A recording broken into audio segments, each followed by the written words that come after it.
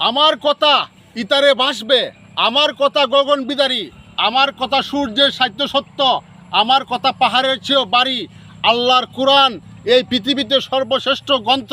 এই কোরআন দিয়ে সমাজ চলবে, কোরআন দিয়ে রাষ্ট্র চলবে, কোরআন দিয়ে আইন কানুন দণ্ডবিধি চলবে, কোরআন দিয়ে অর্থনীতি চলবে, কোরআন দিয়ে বিচার চলবে, কোরআন দিয়ে সেনাবাহিনী চলবে।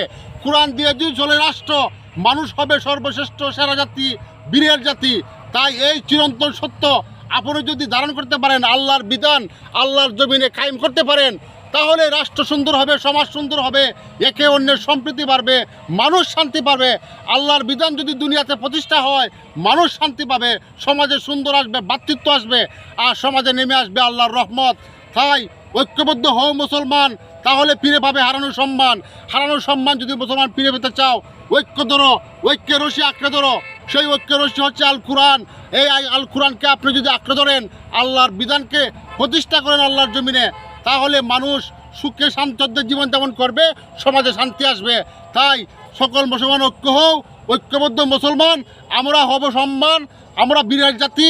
সেই বীরের জাতি হিসাবে মুসলমান সম্মান ইজ্জত লাভ করবে দুনিয়া আর আখিরাতে, এবং পাবে সম্মান ইজ্জত এবং মহাপুরস্কার।